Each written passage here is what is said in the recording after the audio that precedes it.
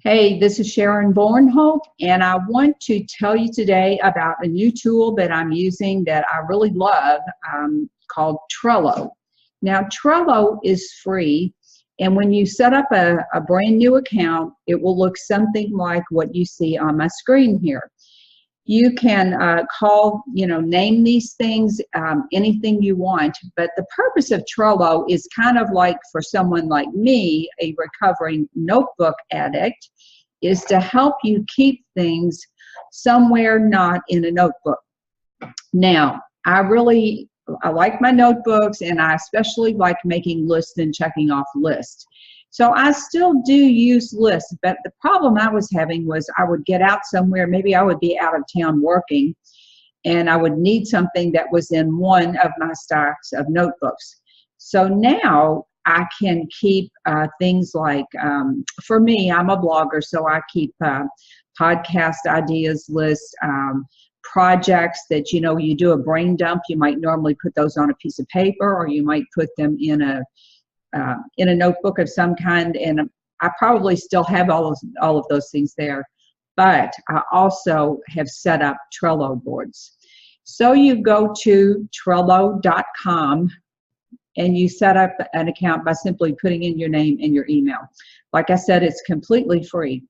So the thing that I love about Trello is that you can make colors, and I'm a very visual person, so I like the fact that I can change things around a bit. So you'll see, you can call your boards whatever you want. So if you click on it and you give this it says give me a name. So I'm going to put my to-do list, and I'll save this board.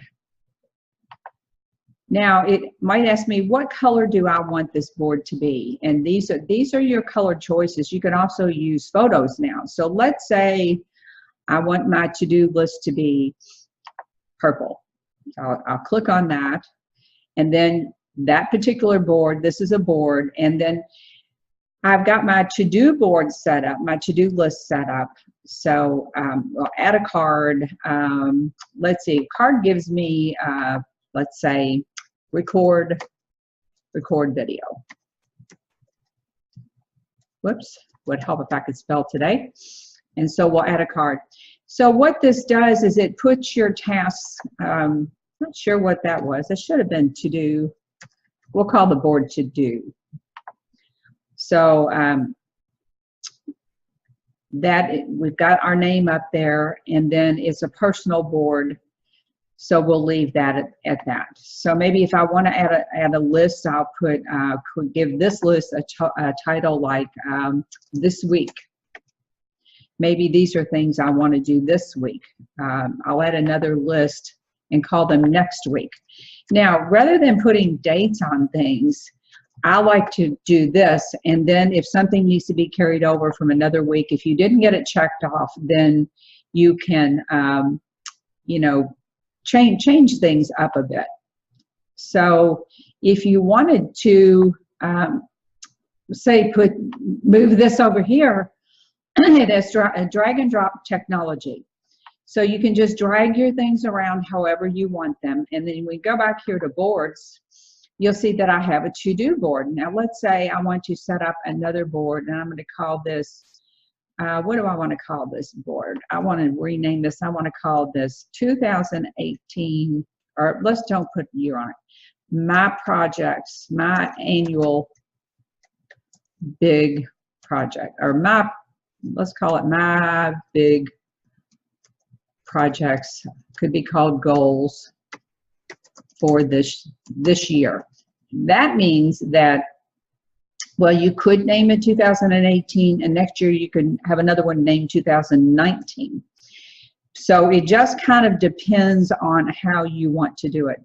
So if we want to add a card under that, maybe my card is, this year I want to write a book. Maybe that's a big thing that I want to put on my list. Now, I might also make a card that is write my book, and I'll show you that. I'm going to show you my account in just a minute, but let's say I don't want that to be green. I want it to be this color blue. So I click on the blue, it changes the color of it, and then I'll go back to my boards, go back here, we'll click on this. You can see in a list form, these are things that I've got. Now, if you go back to the, let me see if I can go back one more. Now let's go back here for just a second. Okay, so you can make boards important. You can star them and make them important. What it will do, you can have two levels of boards. So you can have things that you want to be up here, and then all of your boards can be down here. And this is a perfect case for if you had created a board that said, let's give a board, let's see. Well, we'll just talk about it. I don't think we have to. Well, we can do that. We'll create a board down here that says 2017 completed projects.